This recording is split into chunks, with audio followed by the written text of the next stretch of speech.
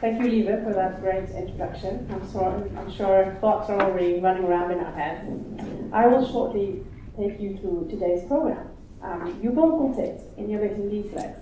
Have you all got this pink? Yes? At the back of that, there's a little timeline of what we're going to do today, but I'll also take you through it now. So, first, part 1, good examples. We have 3 great speakers from France, Germany, and England, who will talk about the presenter's role as an enabler of growth in dance. So we're looking very much forward to that just in a few moments. But after the 3 speakers, we will have a short break, if they don't go over time, and I will make sure they won't. And then we have a panel discussion, where these 3 presenters will sit together with their Norwegian colleagues, and we can all discuss, and there will also be space for some questions from you guys sitting here. So note them down if you have any. And then we have lunch at 12:10 for a whole hour, so we can all talk and mingle and exchange ideas already. And then after lunch, we move into part 2, art, programming and marketing, collaboration and balance, where the goal is to give us all a nuanced view of how creation of dance and programming of dance live closely together with communication, and we will have a look at how many different ways we can present dance. And we have 2 great British speakers coming to help us with that. I won't say any names now. I will introduce them all to you later. And then after their speeches, we have a second panel discussion, or not a discussion, I would like to call it a conversation, because we will not fight. Hopefully we will just exchange ideas and be inspired. And we will then discuss the role of the artists and the role of the presenters in developing a larger presence of dance in our society, because that is what we want, isn't it? And then lastly, we will take a look at how maybe dance is now, or how the audience, or maybe they who don't go and see dance now, will do it, because we will have a presentation by Ingrid Handeland from Arts and Audiences Norway, and Eirik Aasland, who is Head of Communications at Dansens Hus, and they will present their Oslo Atlas project, which is a very interesting project where they have looked at who are the audience and who are not the audience for the arts in Oslo. And then that's the end of the day, and tomorrow we will move on with a very interesting workshop. So I hope you will all stay for tomorrow. So first, we start with Deryck Newland, who is their artistic director from Pavilion Dance Southwest. And on your website, you say, we support and develop those who already love dance and inspire those who have yet to discover it. So I hope we'll hear a little thing about that. So welcome, Deryck Newland.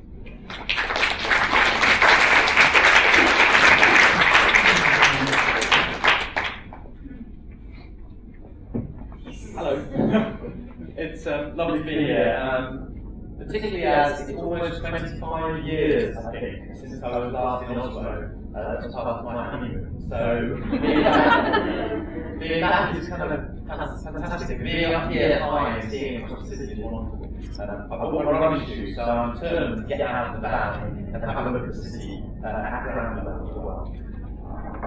So let's check the time. My name is Deryck Newland. I'm the Artistic Director of Pavilion Dance Southwest. I'm here with a colleague, Sanna Doe, and Sanna is going to be facilitating the workshop tomorrow morning to encourage us all to think about outreach projects, ways in which outreach can be developed.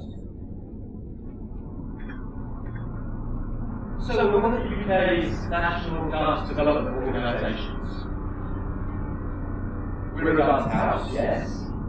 We're one of only 5 dedicated, small-scale dance houses in England. When we talk about small scale, we talk between 100 and 250 seats. So there are only 5 of us at the moment at that scale, specifically designed to programme and present dance. We're based in a seaside town in Bournemouth on the south coast of England. The town has a population of about 187,000 people. We present about 40 professional dance performances a year, so we're probably one of the most prolific dance presenters at our scale in the country. We also have 25 different artists in residence, making and developing work during the course of the year. And of those, maybe 8 are co-commissions in which we invest in the development of that work through to touring. So we're very committed as a dance house. However, we are also a champion of community dance participation. And we work across the whole of the southwest of England. The sun's moving. It's comforting to know that. Every speaker will have to go down another curtain until we're in the dark. So with regard to our community dance brief, we work across the southwest of England. Now the southwest of England has a population of 7 million people. And I learnt last night that I think Norway is about 5 million people. Is that right? So our region has more people in it than your country. So that's very challenging for us as an organisation to stretch across that geography. And we also, within that geography, have 19 different local authorities, all of whom need to be engaged in if we want to make this endeavour work. Luckily, we're not on our own. We have partners, and everything we do works around partnerships. So why do we do this? And I hope in the next 15 minutes or so to explain what our rationale is, which you may choose to agree with or disagree with. I think that's part of the nature of today. But also, how do we do this? I'll try and explain a little bit about how we do this. I don't know the answers because we as an organisation now, with a dance house, are only 4 years old. So we're still learning. And we hope to learn something from you as well around how we might do this more effectively. But also we'll look at what the opportunities and the challenges are of combining both those purposes. Because, my God, there are opportunities. But there are challenges too. So I'm going to intersperse this presentation with just some images which I hope try to reflect the diversity of the people we engage with and the contexts within which we engage them. So Big Dance is a national initiative across the UK which is about celebrating everybody dancing. So a little bit about us, about our vision, our mission, our values. Leva very much wanted us to explain who we are as an organisation, and I hope that this slide will start to explain that. So we've very carefully and politically chosen a vision statement because we're a charity.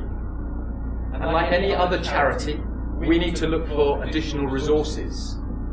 And we need to find a vision in which we're looking to be transformational and aspirational. So we see a world where everyone can live a healthier and more fulfilled life through dance. It's a big vision. And we're a small organisation. We have about 18 staff, of which 15 are dedicated to making the building run. So Zana and me, maybe one other person, are trying to do everything else. So we're small, and we have a big vision. And we've chosen this vision very specifically as a charity to attract potential donors who may not work within the arts as a context. So our mission, how we're going to achieve this vision, is by celebrating and encouraging dance nationally, by building strong local and regional partnerships. There's that word, partnerships. Everything has to be done through partnership. And connecting it to a diverse and broad public. I mean, Liv, in a sense, you stole my presentation. You've almost said everything that I'm going to say again. But I was taught, my background is as a teacher, and I was taught that you have to say things at least 3 times before people even begin to understand. And we want to make that connection through excellent performance and participation opportunities, hand in hand together, but excellent nonetheless. Now, Liva, you were talking about core values of a society. These are our core values as an organisation. The 3 middle ones are quite common, I think, in arts organisations. We would expect them. If we weren't passionate, inspiring and inclusive, then perhaps we shouldn't be working in the arts. It's pretty much a given. So those 3 you'll probably see in lots of arts organisations. But the other 2 that frame those 3 are perhaps less common. Generous. Now, it's absolutely our conviction that if you work in partnership, you have to be generous. You have to give what you have and put it on the table. And others have to do the same, and it may be less or it may be more, but it doesn't matter. Because you're involved in a common endeavour. You're after the same goals, so you bring what you can and you work with it together. So generosity of spirit and of intent is really important for us. And then this other one, this word fresh, which in English has lots of connotations, lots of meanings. Certainly we think of fresh as being new, different, perhaps a little bit from the left field, interesting.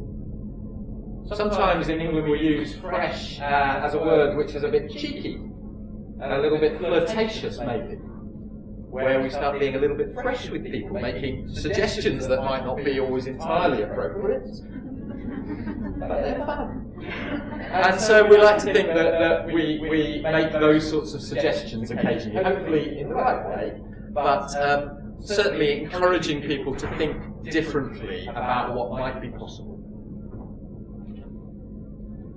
And then we have one overarching aim, and you can see there our value.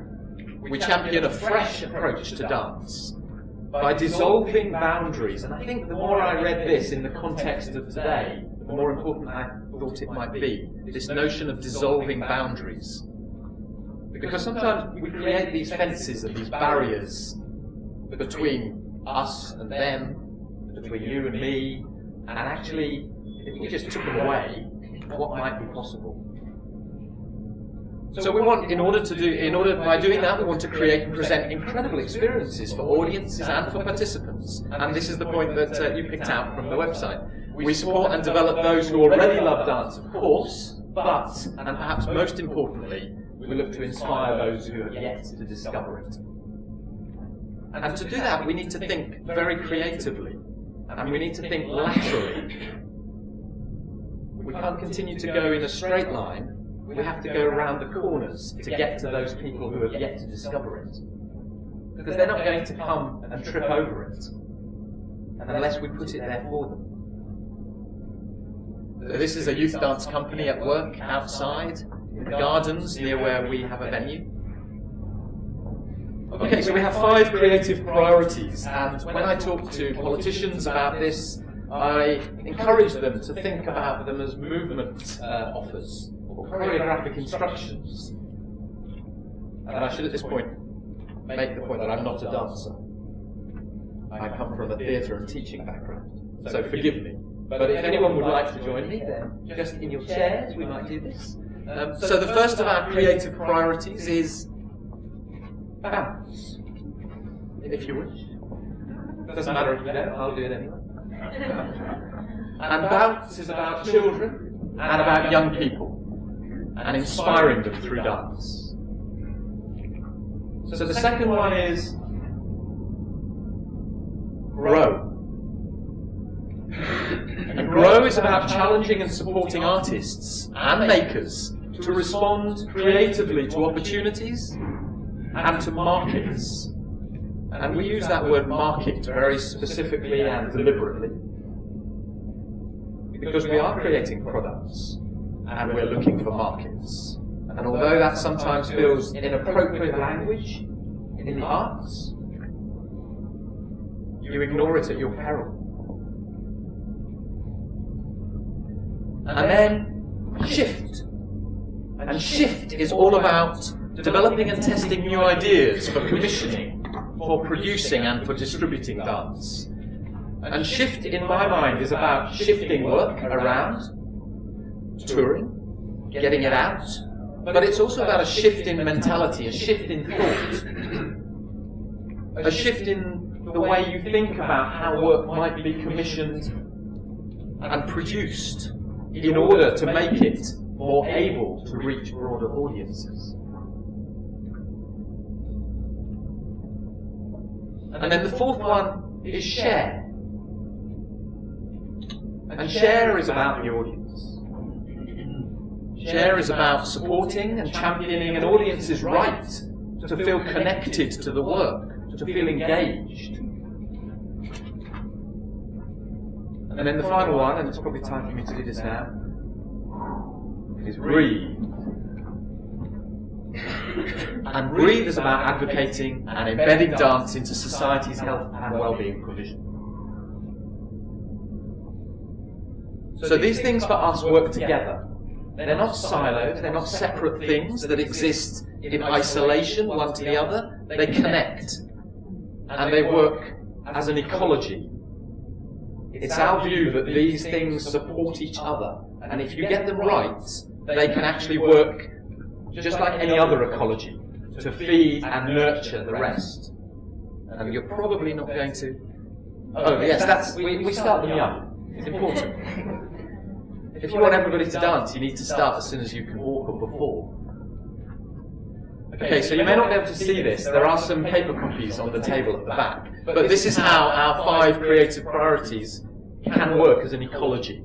So if you start from the top left with bounce, children, young people, education, you move through and progress some of those young people towards artist development, emerging artist schemes.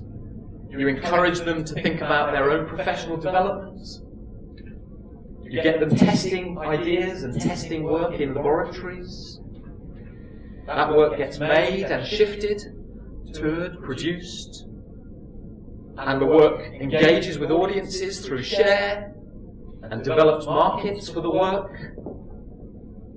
And through that engagement, you encourage your audience to become participants as well, as part of their own lifelong commitment to their health and their well-being. They have children.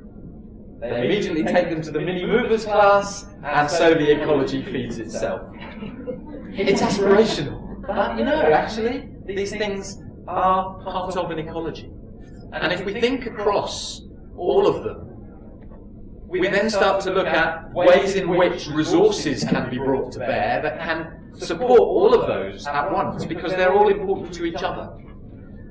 And you can see it, you may not be able to see it back, but there are 5 things cutting across this ecology for us as an organisation. And again, these are themes that we like to try to ensure in all of the work that we do. The top is innovation, that's about being fresh. The next one down is digital, and thinking digitally whenever we can. We're still learning about that. I certainly am learning about that. But it's important, it's the way forward. The middle one is perhaps really important, and we'll come to this later. Democratization, equality, the fact that each part of this ecology is equally important and deserves a place within your dance house.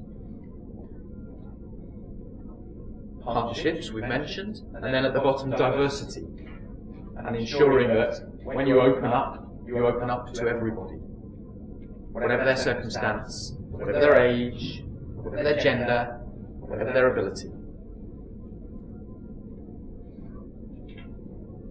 So this is an older people dancing project that happens across the southwest. Okay, so a little bit about why we believe in that ecology. I may well have said some of this already. And also why it helps us as a presenter of dance. Remember, we present a lot of professional dance performance. So why do we do all this other stuff too? Well, I believe that lifelong engagement with your community helps to develop audiences for your presented program. It's true. It takes time, It's not an overnight success, as Liva pointed out, but it does work if you commit for long enough. And that's the key with a lot of this. It's about making a commitment and sticking with it. We think that developing participation opportunities helps to actually sustain your dance workforce. Because increasingly, I don't know about in Norway so much, but in the UK, the worst is yet to come in terms of public funding cuts. That is for sure. We have an election in May, and they're not telling us the whole truth, because there's an election in May. And the worst is yet to come. There's going to be less money. And the arts, certainly in the UK, are not a statutory requirement for local authorities. So we're vulnerable. So we have to think about our dance workforce, broaden their skill base, encourage them to be able to become skilled not only as professional dancers working in rep and on tour, but also as practitioners, as dance leaders in the community, as educators. And then they can develop a portfolio career that can sustain them through the difficult moments. There's no question that working out in the community and with diverse contexts helps to improve your visibility and public awareness of you as an organisation. And that is increasingly important, not only for the public, but for politicians as well. They need to see you out. We reach out through community projects, and that creates opportunities for us to advocate positively, not only for us as an organisation, but more importantly for our art form, for dance.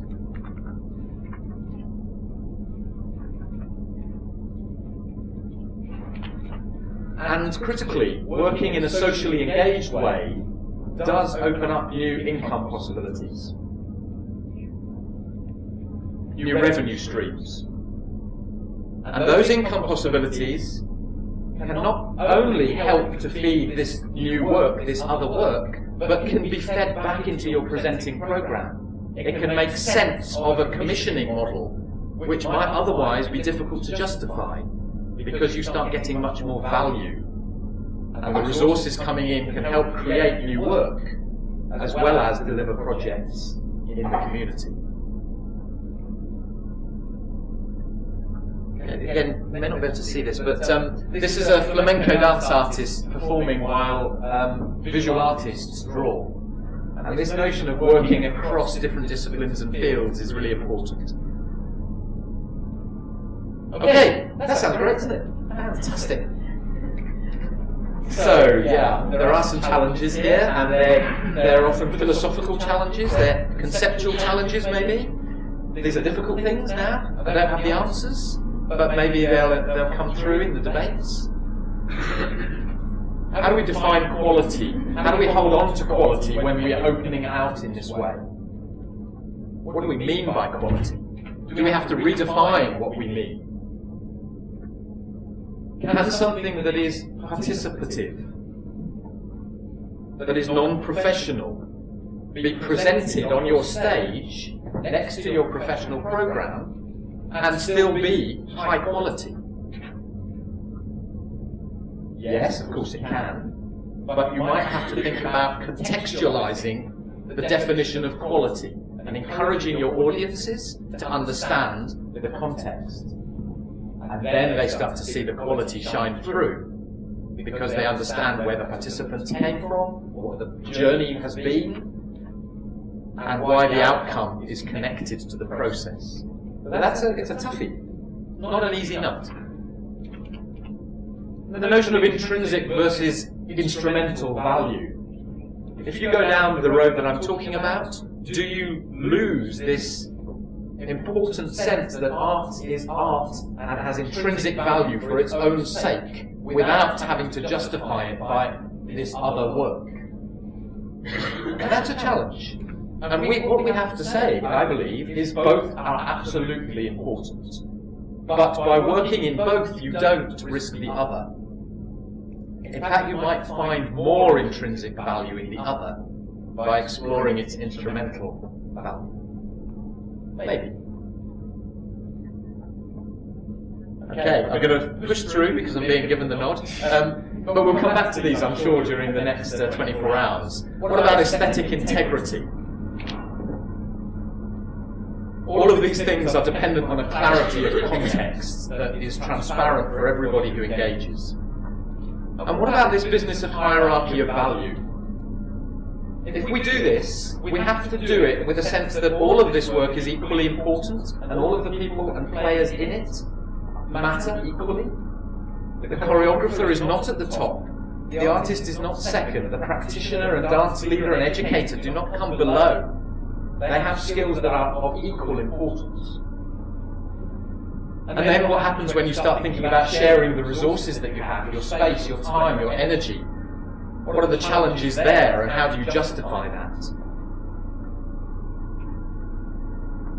Okay, why bother then? Well, moving quite quickly now, because you're engaging young people. Because that gives them real self-esteem through creativity and through challenge. Because you're improving their life chances and their success in school. And why wouldn't we want to do that? It's increasingly evidential now that engagement in dance at primary school level increases young people's literacy. We're doing some work in Cornwall. I say we, our partners are doing some work in Cornwall, and we're very interested in supporting it because it's exciting and it's proving that case. You can positive social care outcomes for the elderly can be enhanced. You can address health challenges such as obesity and depression, increasingly important concerns for society, and we are not immune to that. So we should embrace it and recognise the value that we bring. We can offer new ways to address challenging social problems, and that is what can bring the non-arts funding to us as artists and makers, and enable us to make new work, as well as address these problems. And that potential for new money to be fed back into the development of artists and the making of work for new and broader audiences is important. It's not a silo, remember, it's an ecology. So the new money comes into the whole ecology, if you're smart about the way you think. So the stronger the links between the art form and the society, the stronger the base of support we have to sustain it. And certainly in the UK, for us, in these times, this is how it's important to think. You can bury your head in the sand as an artist, but just be careful because the world is moving on. And if you're in the sand, you may not notice. This is some work we did in libraries, and we're working consistently in libraries now as a way of addressing new audiences. Okay, I'm really running out of time, I'm aware. So we collaborate with libraries. We'll be talking more about this tomorrow morning. We work very much with Parkinson's sufferers and with their carers, and engaging with dance in that context too.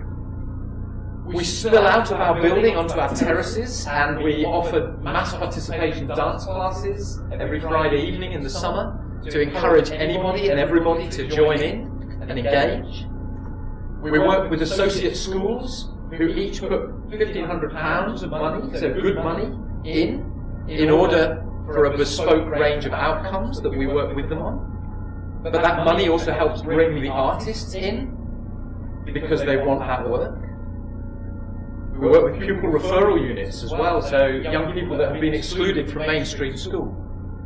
And we encourage our playtime artists, which are our associates, to explore actually embedding community performance within their own products, within their own professional making, not as a curtain raiser, but actually as part of the journey of the narrative.